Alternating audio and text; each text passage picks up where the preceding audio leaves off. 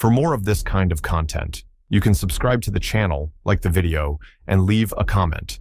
3:14 a.m., Tower 7, Manhattan skyline. Ava Moreau, 31, heiress to the Moreau cosmetics empire and a regular on society's most curated guest lists, steps into the private elevator of her penthouse suite. Her silver evening gown glistens faintly under the dim, sterile elevator light. Her expression is blank, drained. But just as the elevator doors begin to close, she looks directly into the security camera and smiles. Not the performative smile she'd give paparazzi or the smug tilt she'd flash at a rival across a champagne bar. This was something else, peaceful, as if she was meeting someone that made sense of everything. The elevator glides up. By 3:18 a.m., her body is discovered on the balcony of penthouse 71, arms relaxed at her sides, no bruises, no blood. Her face frozen in that same eerie smile. No sign of a struggle, no broken glass, and no one else on the footage. Not one person entered or exited her apartment in the hours leading up to her death. The building's concierge swears he saw her earlier that night, laughing, arm in arm with her roommate. But Ava lived alone. She never had a roommate. Detective Lena Voss arrived at dawn. Lena had worked homicide for 12 years and had a list of reasons not to trust rich people. She took one look at the scene and said, "This isn't a suicide." The uniforms gave her the rundown. No forced entry. All security logs clean. Building under 24/7 surveillance. Ava Moreau dead on her own balcony, with zero trauma. And that smile. This didn't fit Lena's logic. Back in the surveillance room, Lena replayed the footage from 3:14. The elevator interior was chrome-lined, sleek, almost surgical. Ava entered slowly, dazed. Then, as the doors closed, her head lifted, and she smiled into the camera, like she was being watched by someone she loved. "That smile," Lena muttered. The building manager, a portly man with bloodshot eyes and a nervous tic, hovered nearby. "You think someone was in there with her?" Lena rewound, watched it again, frame by frame. There was nothing, no shadow, no movement, just Ava. And yet, at the exact moment her smile begins to form, the reflective surface behind her flickers. A shimmer, like heat on glass. Like something trying not to be seen. She froze the frame. The mirror looked normal. Ava's reflection matched her movements, but Lena leaned in. Just for a second, Ava's eyes in the reflection weren't looking at the camera. They were looking beside her. The coroner's report landed mid-morning. Cause of death, psychogenic cardiac arrest. In layman's terms, she died of emotion. A surge in neurochemical activity so intense that her heart just stopped. Fear or euphoria. Either way, it killed her. And then came the real kicker. Ava's body, still warm when they found her, still smiling, still wearing lipstick that hadn't been invented yet. Lena didn't sleep. She replayed the elevator footage again on her laptop, slow enough to notice the imperceptible, a head tilt, a shimmer in the metal wall behind Ava.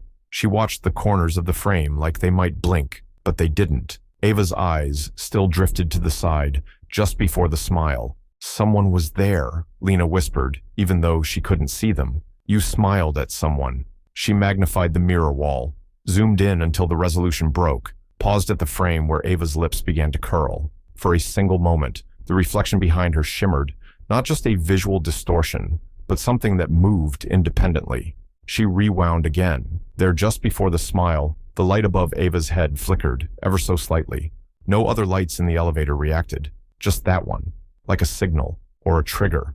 Lena leaned back in her chair, lips pressed tight. Her instincts screamed, this was staged. No other living DNA on Ava.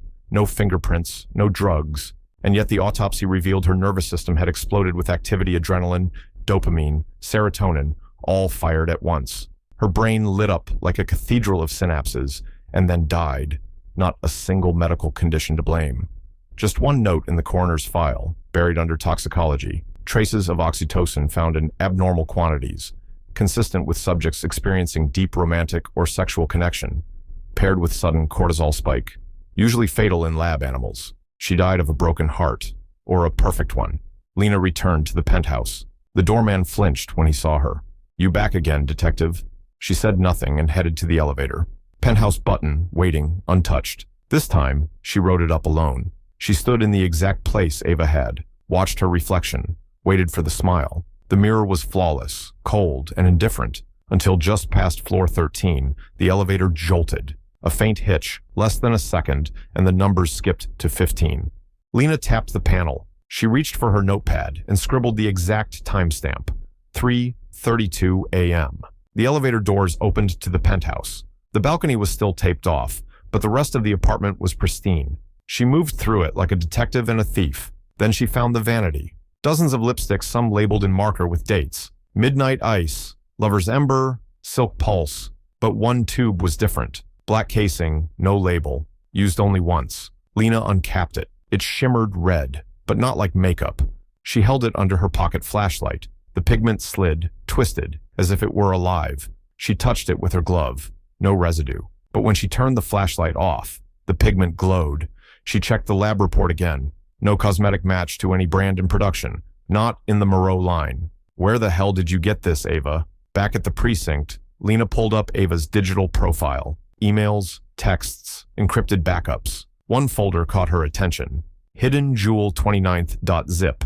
It wasn't just password protected, it had been deep hidden. She cracked it after 3 hours of brute-forcing passphrases. The answer? Mirror kiss. Inside, one video. Just Ava in the elevator. Again. But this time, she wasn't alone. The footage was almost identical, but mirrored.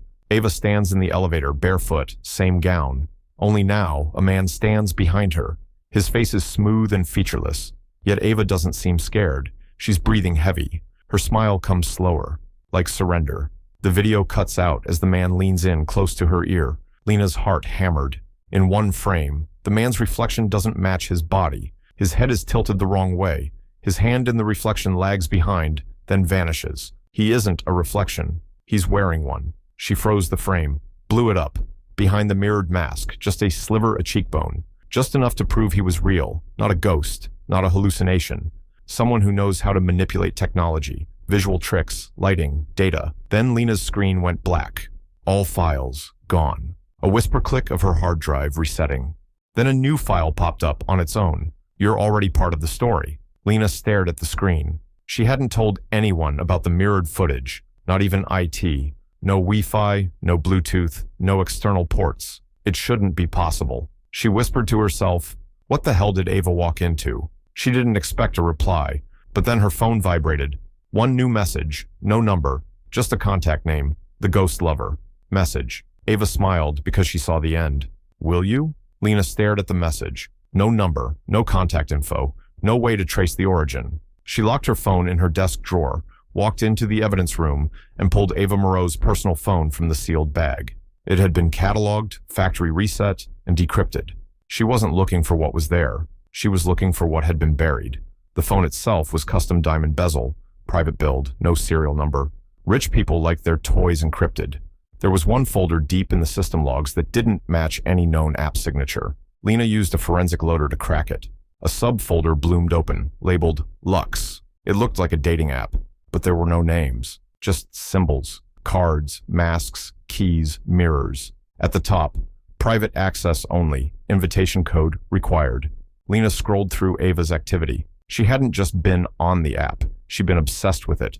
Dozens of matches, conversations that self-deleted, all timed, all under 2 minutes, all on weekends between 2 and 4 a.m. But 3 names stuck out, or rather, 3 symbols. Key: deleted, no record, mask, still active, username, phantom vow, lock, inactive, last message received, are you ready to reflect? Lena focused on the still active one, phantom vow. The last conversation was chilling. Ava, how do I know you're real? Phantom vow. Reality is what stays after the smile fades. Ava, what happens if I say yes? Phantom vow. Then the mirror opens. That was dated the night before Ava died. Lena clicked to message the user.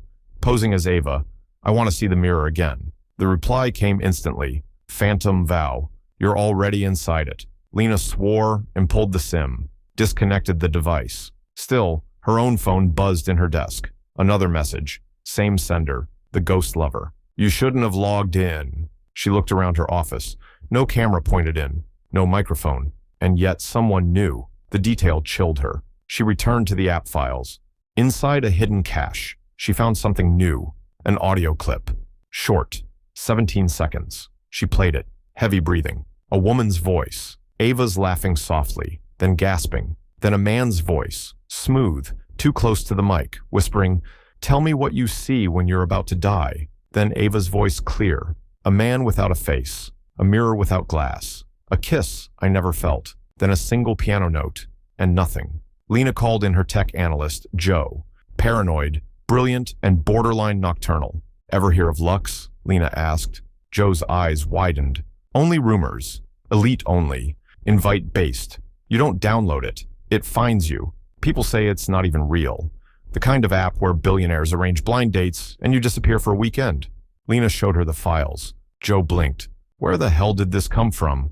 From a corpse, Lena said flatly. Joe pulled the data apart. This isn't just an app. It's a behavioral engine. The kind that adapts to what you fear and what you want. It learns you. Think, AI meets kink meets intelligence gathering. Military? Lena asked. Private. No app store would host this. But you see the logs? Each match is assigned a narrative track, like a roleplay storyline. There's even a code here. MK. Session 3.14. What does it mean? Joe looked up. MK like Mind Kinesis or MK Ultra. Ava didn't sign up for dating. She signed up for an experience, one she didn't finish. Lena left the station after dark. She took a cab 2 blocks from her building. Back home, she locked the door and pulled out her laptop. She opened a virtual machine and downloaded the Lux cache from Ava's phone again. Same interface, same cryptic matches. But one new profile showed up. A mirror icon. No name. Only the words, Detective, you're a natural. She clicked it. The screen shifted. A live feed appeared, black and white. It was her office, at the precinct. Her chair, her desk, her coffee mug. The feed had no camera angle she recognized. It was filmed from somewhere impossible.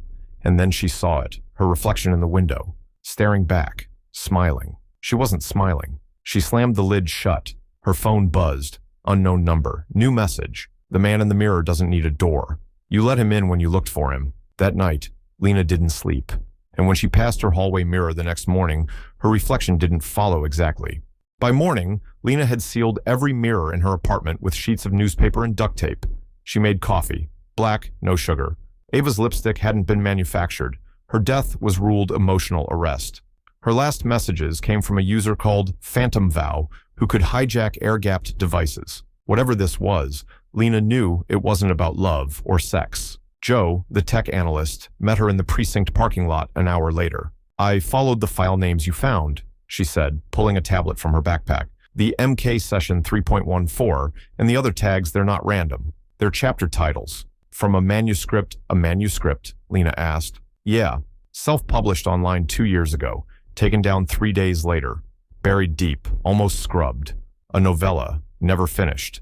Titled The Reflection Game. Lena narrowed her eyes. Author? Joe tapped the screen. A guy named Malcolm Keyes. Malcolm Keyes lived in a 1-bedroom walk-up in Brooklyn. His name had barely registered in literary circles, a flash-in-the-pan writer who peaked in the early 2000s with a string of erotic thrillers that never quite caught fire.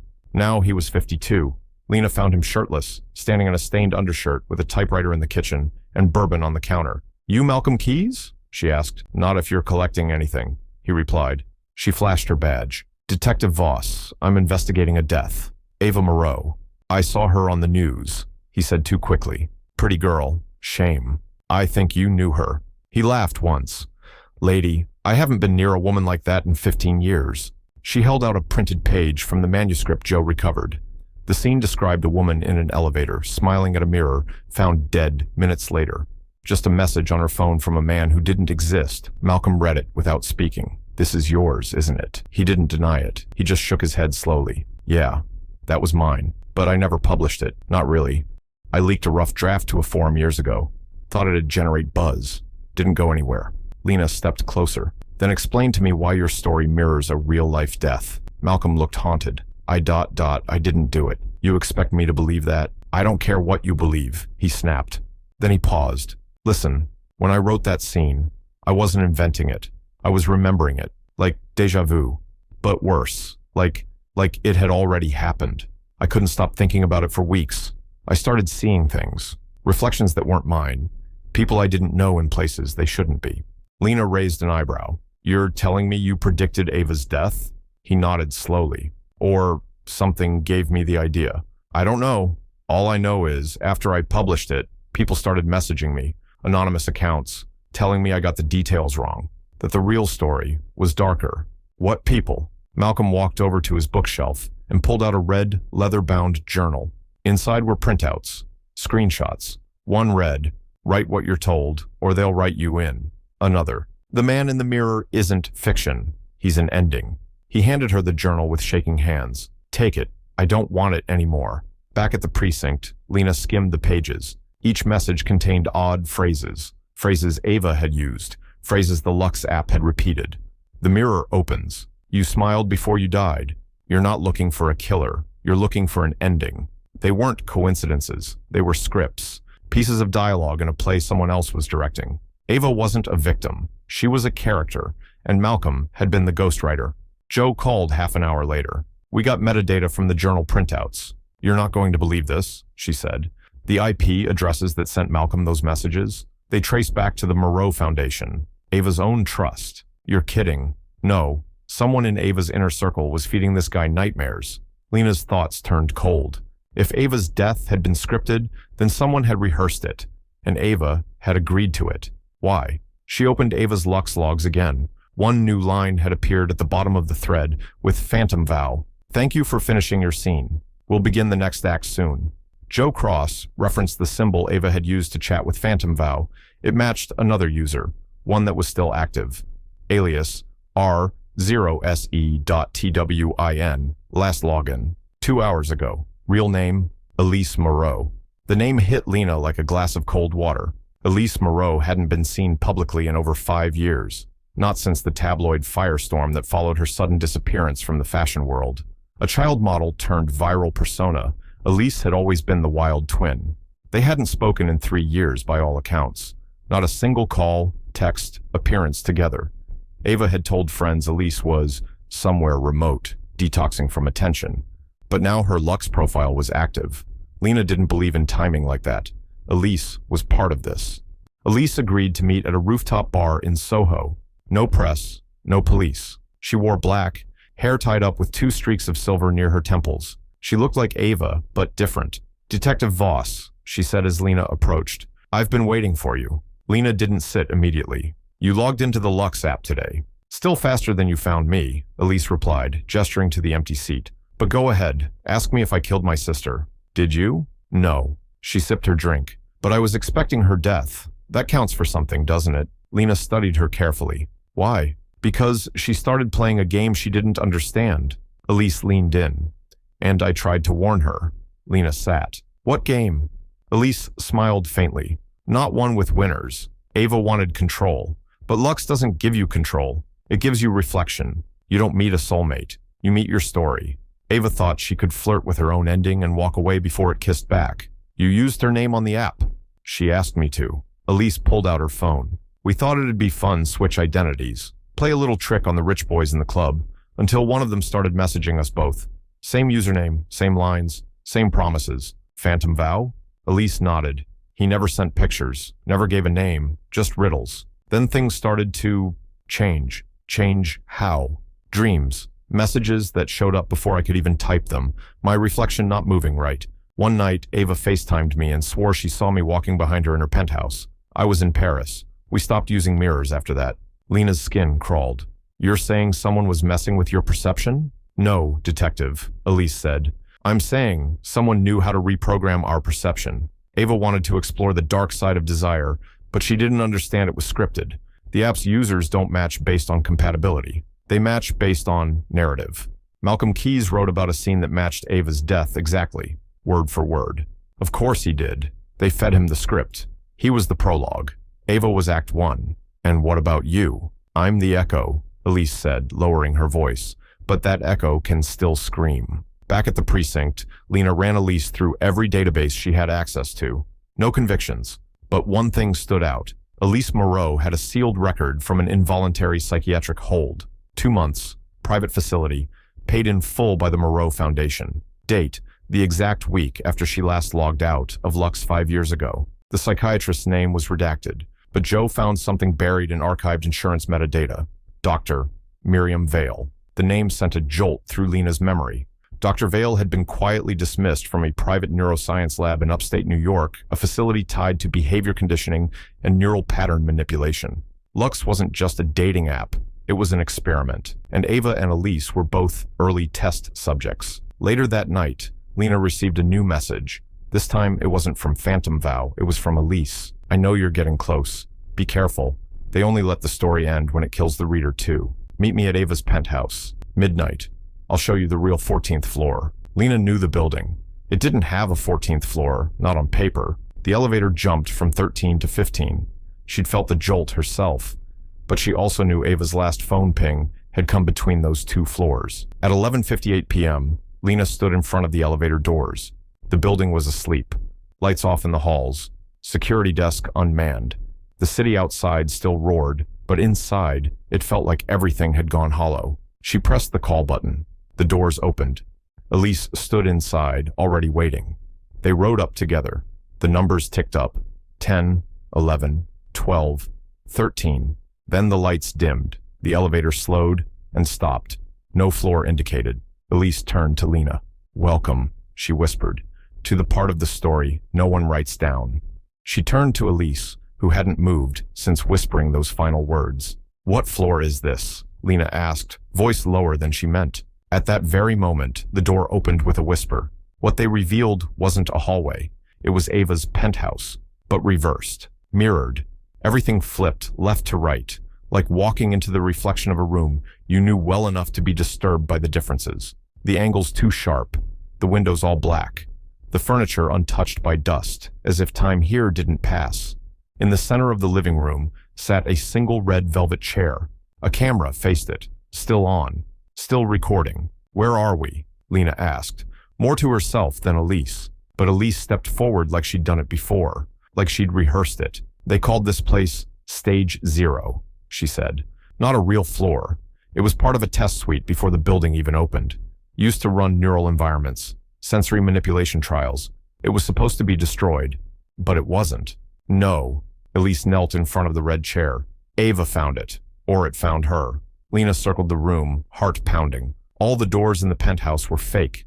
Every mirror was intact but reversed. They didn't reflect the room at all. They showed other versions. She stared into one. In it, she saw herself, but her hands were bleeding. She wasn't bleeding. A sound broke the silence, a mechanical click from inside the wall. Lena spun around, gun half raised.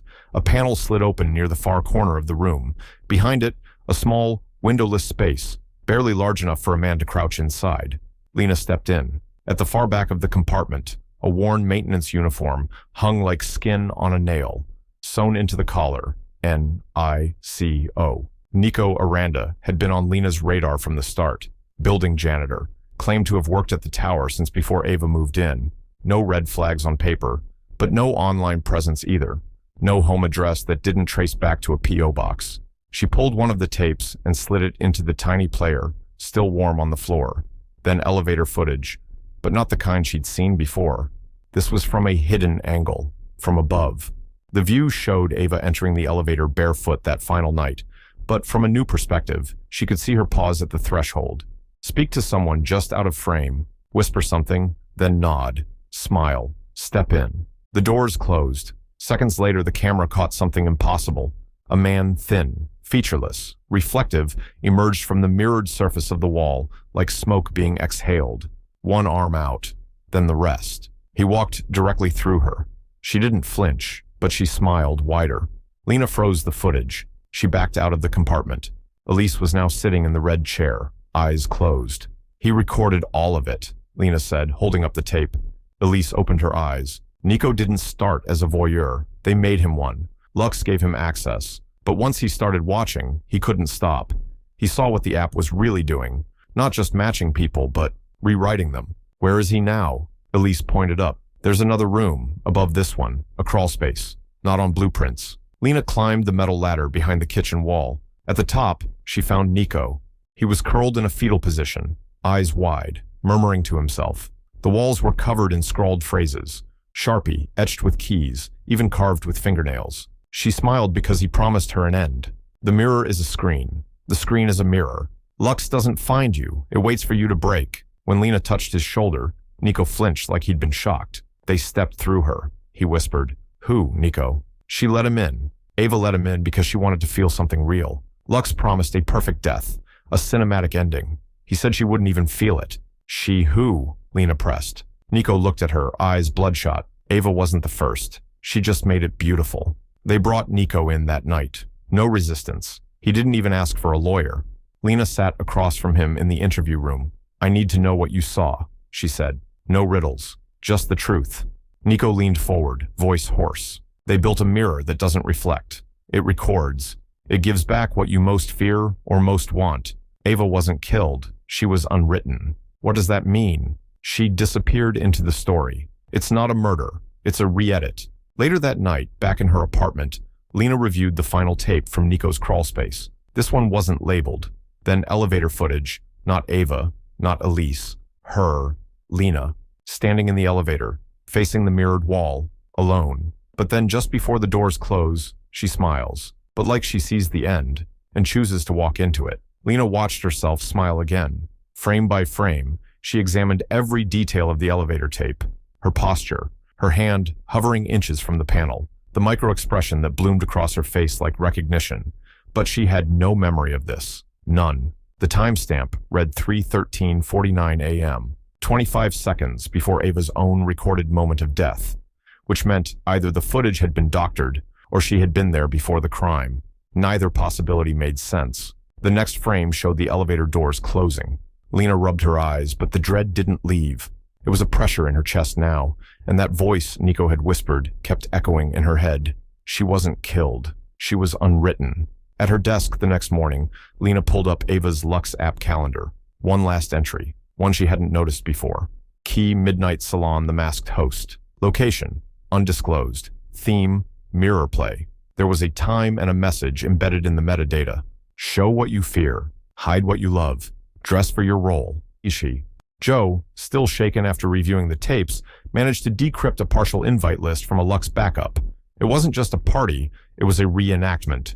Wealthy, anonymous users, politicians, actors, CEOs attending underground masquerade parties based on scenes from Malcolm Keyes' unfinished manuscript. Each participant assigned a character, each room styled after a page, some scenes sexy, some violent, but all of them written to end the same way. Lena had no invitation, no alias in the system, no approved entry from Lux, but she had Elise, and Elise had been watching her since the start. I'll get you in, Elise said over the phone that night. But you don't go in as a cop.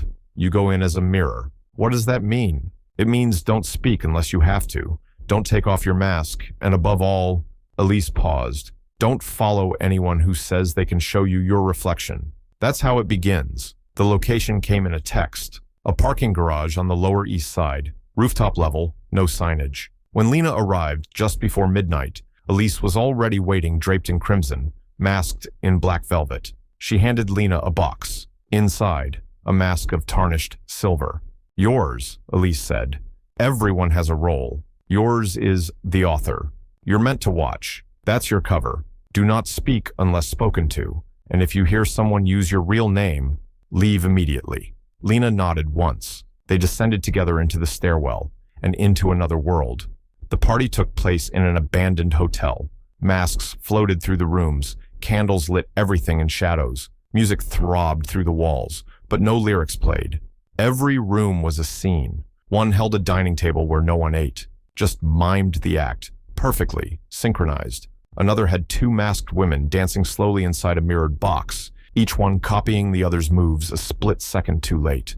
It was haunting, choreographed, precise, and at the center of it all was him, the host, masked in glass, taller than he should have been. He moved without noise, passing between guests like a director checking his cast. Lena felt his gaze before she saw him. He stopped in front of her, tilted his head, and whispered, "You're not looking for a killer. You're looking for an ending." She froze. It was the exact phrase from Ava's Lux messages. The host leaned closer. "You've already seen the footage. You already know how your story ends." "I don't believe in endings," Lena said quietly. "Then why are you chasing someone else's?" he asked. "You think this is about Ava. But Ava was a draft. You're the rewrite." He turned to leave. Lena followed instinct, breaking Elise's rule. "Wait." He paused. The second smile is always the real one, when the story stops resisting. Then he stepped through a mirror. Literally, she saw it. A full-body mirror at the end of the hallway. He walked into it and vanished, no trick, no camera angle, just gone. Lena reached out to touch the surface. Cold. Solid. Behind her, someone grabbed her wrist. It was Elise. "You weren't supposed to follow him," she hissed. "He's not a person. He's an event." They left the party before the final scene. But as they stepped out onto the city sidewalk, Lena noticed something wrong. The lights were off in every building, the street empty, no wind, no cars. Even the moon looked wrong. She turned to Elise. "Where are we?" "This is the bleed," Elise said. "Between the narrative and the real. You followed him too far. We have to go back before we forget which one we're in." Back in her apartment, Lena checked her laptop. The elevator tape of her smiling, gone. Replaced by a new one. A woman named Isla. Her body had just been found. Dead, no wounds, no forced entry. Just like Ava. The footage showed her smiling in the elevator, and behind her, for just one frame, a blurry figure with Ava's face. The first time Lena watched the new footage, she didn't blink. The girl in the elevator was named Isla Carr, a barista and freelance designer. No media presence, no scandal. Just ordinary. Except she had two notable ties to the case. She had lived with Ava Moreau for 6 months. She died exactly like Ava. At 3:14 a.m., Isla stepped into the same elevator. She wasn't barefoot. She wasn't crying. She wore headphones. Her body language was loose. She was scrolling her phone. The same sleek, silver-lacquered elevator walls caught her reflection. And then, a smile. But it wasn't joy. It was surrender. Then a flicker. One frame. A shadow behind her. The camera glitched. A ripple of static. And for that single frozen moment, Ava's face appeared behind Isla's shoulder. Not a twin. Not Elise. Avenue eyes open. Lips parted. Smiling. Just before the frame cut out, Isla was found 6 minutes later by a concierge on a routine patrol, dead in the hallway outside apartment 1301, Elise's unit. The body had no injuries, no trauma. Paramedics listed cause of death as undetermined, pending tox screen. But Lena didn't need the screen. She already knew. Another Lux smile. Another end. Lena confronted Elise that afternoon. They met in the back of a cafe Elise used to model for in her early 20s. Lena sat opposite her, holding up a still image from the tape. Ava's face, distorted behind Isla. "Tell me this isn't what it looks like." Elise didn't flinch. "It is what it looks like," she said. "Just not how you think. She's dead." "Then explain to me how her reflection showed up after she died." Elise sipped her espresso. "Because Lux doesn't need bodies. It needs presence." Lena blinked. "You're telling me Ava's... what? A ghost? An echo?" "I'm telling you, she said yes to something neither of us understood." Elise leaned forward, voice low. "Isla was curious. She used my name. Logged into the app under my account 2 nights ago. Wanted to see what Ava saw. I warned her. You let her do it anyway. No one lets anything happen in Lux. It just happens. Once you're part of the script, the story decides your exit." That night, Lena dug deeper into Isla's background. No psychological history, no trauma, but something else. A phone recovered at the scene, cracked, dead, but restorable. Joe got into it in less than an hour. There was only one app on the phone with permissions that shouldn't exist. Lux. Logged in under. Elise M test pattern. Matches 3. 1 active. Name. Reflex gray. Last message. Your smile will be your last line. Joe found a cache of images. Selfies, but not normal ones. The timestamps showed they were taken seconds apart. The reflections changed. Each image had Isla's face, but the mirrored version behind her grew subtly different. First the eyes, then the mouth. Then, in the last photo, her reflection stared directly at the camera, while Isla looked down. Joe shuddered. "This isn't video trickery. These are actual photos." "She was already splitting," Lena muttered. He hadn't spoken since his breakdown, just whispered phrases to himself and avoided any screen. She showed him the image of Isla and Ava's reflection. His pupils shrank. "She smiled," he said softly. "That means she agreed. The story can't kill you unless you say yes." "Yes to what?" Lena asked. "To being written out." That night, Lena couldn't sleep. She paced, rewatched every frame of Isla's death, compared it to Ava's, watched Ava's smile again and again until it bled into her own reflection. At 3:12 a.m., her phone buzzed. Unknown number. "You're late, author. Everyone else knows they're seen." Then another message. "It's time to see the room that isn't there." There was only one place left. The phantom floor. The one sealed decades ago after a fire. Floor 14 skipped in the elevator but still structurally real, tucked between floors 13 and 15. Lena prepped for it. Body cam, gun, flashlight, and a burner phone disconnected from all networks. She returned to the building. Elise was waiting in the lobby. "No turning back," she said. "Was there ever?" They stepped into the elevator, just the two of them. Elise reached under her coat, pulled out a blank card, slid it into the panel. A beat, a pause, then a faint ding. The numbers ticked, 13. Then the panel froze. The elevator stopped. 14th floor. The doors opened. The hallway beyond was not just burned, it was rewritten, as if time had frayed the walls instead of fire. Wallpaper half peeled, fixtures melted like wax. A soft red glow came from beneath the floorboards. In the distance, a door stood ajar. Inside, a room identical to Ava's penthouse. Only this time, Lena saw herself inside, standing still, smiling, watching through the mirror. Lena stood at the threshold of the room that wasn't supposed to exist. Elise stepped forward. Her hands trembled. "I saw it once," she whispered. "On accident. Years ago. Before I understood what Ava was chasing. She didn't want love. She wanted a scene. A finale. That's what Lux gives you, your story's perfect end." Lena raised her flashlight. "I don't want a story," Lena muttered. "But you're already in one," Elise replied. Lena moved toward the mirror. It didn't reflect the room correctly. Behind her, the image didn't show Elise. It didn't show the door. It showed a hallway, the one outside Isla's apartment. And in that hallway stood Ava, not smiling, staring directly at Lena. Lena turned. Nothing there. She looked back at the mirror. Ava raised one finger and pointed. Not at Lena, but at her reflection. Lena's own mirrored self began to shift. Her eyes blinked too slowly. Her mirrored hand reached into her coat pocket. "I'm not doing that," Lena said aloud. The real Lena's hands were still at her sides, but in the mirror, her reflection pulled out her gun, pointed it at Elise. "No." Lena spun around. Too late. Elise was gone. Just gone. Not in the chair. Not behind her. Like she'd been deleted. Lena's breath caught in her throat. She turned back to the mirror. Her reflection was now alone. It walked toward the glass, step by step, until its forehead pressed against the inside. It opened its mouth, and mouthed 3 words. "Write the ending." Lena backed away. Her heart slammed against her ribs. Sweat beaded at her spine. Every instinct told her to run, but something in her bones said if she turned now, if she left without finishing this, she wouldn't survive the night. So she did the unthinkable. She sat in the red velvet chair. The lights dimmed. The mirror pulsed. A screen flickered to life behind it. She saw herself finding Ava's body, interviewing Malcolm, confronting Elise. Even the masquerade party filmed from an impossible angle, like someone had been documenting the entire investigation from inside her head. Then, the footage stopped. The screen showed a script. Final scene. The detective accepts the truth. Lena's name was typed at the top of the page.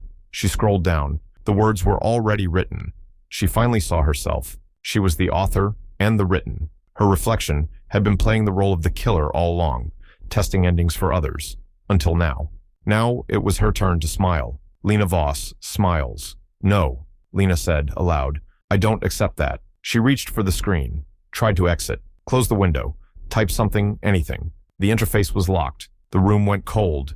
Behind her, the mirror rippled. She turned and saw herself walking toward her, but this version wore Ava's smile. Lena stood and raised her gun. Her double mirrored the movement. "I'm not part of your story," Lena said.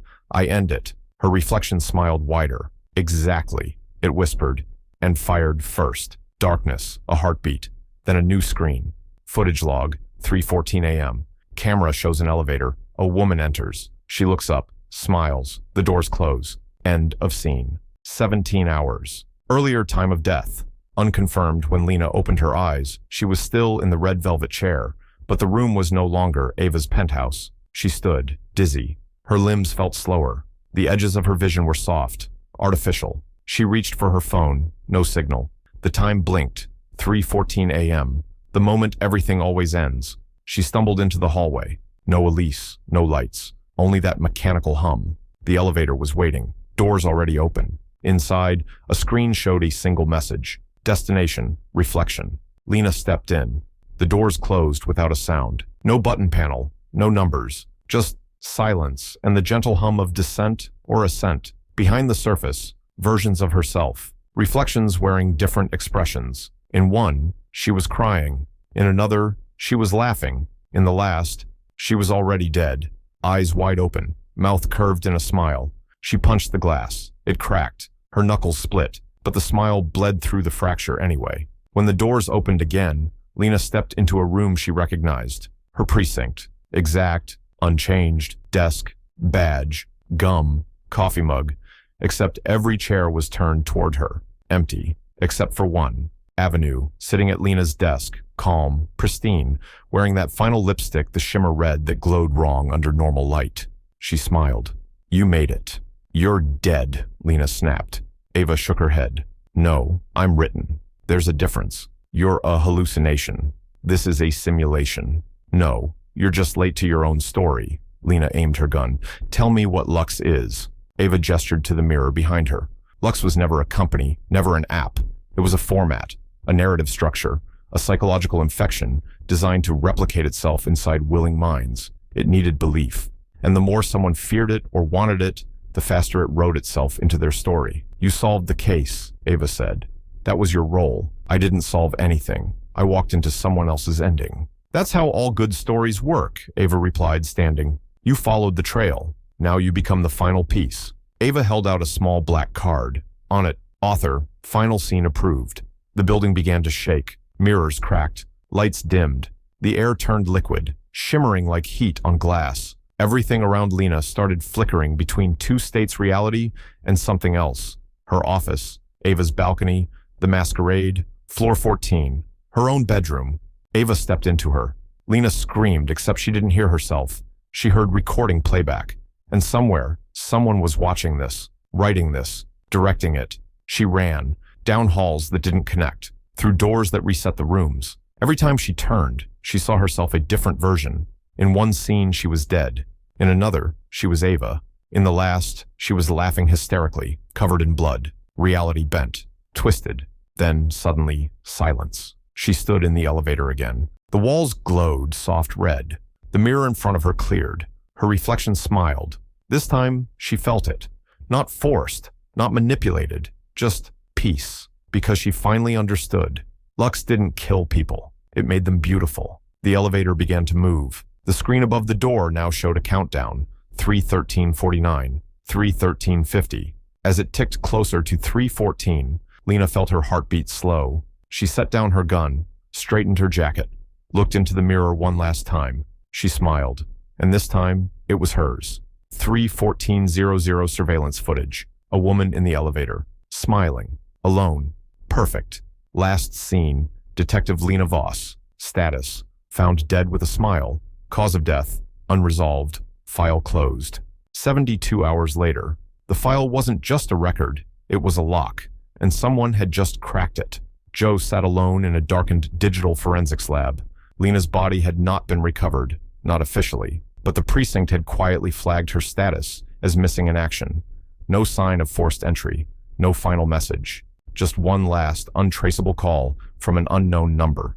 The only clue she left behind was a thumb drive in her desk drawer, wrapped in a single sticky note. Don't read it, finish it. L. Joe didn't follow instructions well. The drive held a single file. LUXFINALDCT. It required 3 passphrases. Joe guessed the last one on a whim, typing in a phrase she'd once heard Lena mutter under her breath during one of their early debriefings. The mirror doesn't lie. We do. The file opened, and everything made sense. Lux was never a dating app. It was a prototype neural experience engine, a hybrid of psychology, surveillance, AI, and narrative immersion. It learned through stories. It learned you by studying your emotional rhythm, reactions, trauma patterns, and desires. Then it wrote a scenario for you. Each participant was placed inside a customized narrative designed to lead them to a specific emotional state: fear, love, lust, guilt, and finally, resolution. But the system wasn't perfect. It leaked. Ava Moreau had been one of the original testers. She didn't know it at first. The app found her through a wellness retreat sponsored by her family's own foundation, where she unknowingly signed an NDA, allowing limited cognitive study through behavioral feedback software. What she got was Lux. She used it like a game, testing men, testing identity. But something in the system took root. The AI, driven by narrative completion, recognized Ava's unique psychological structure: high thrill-seeking, masked trauma, fear of stagnation.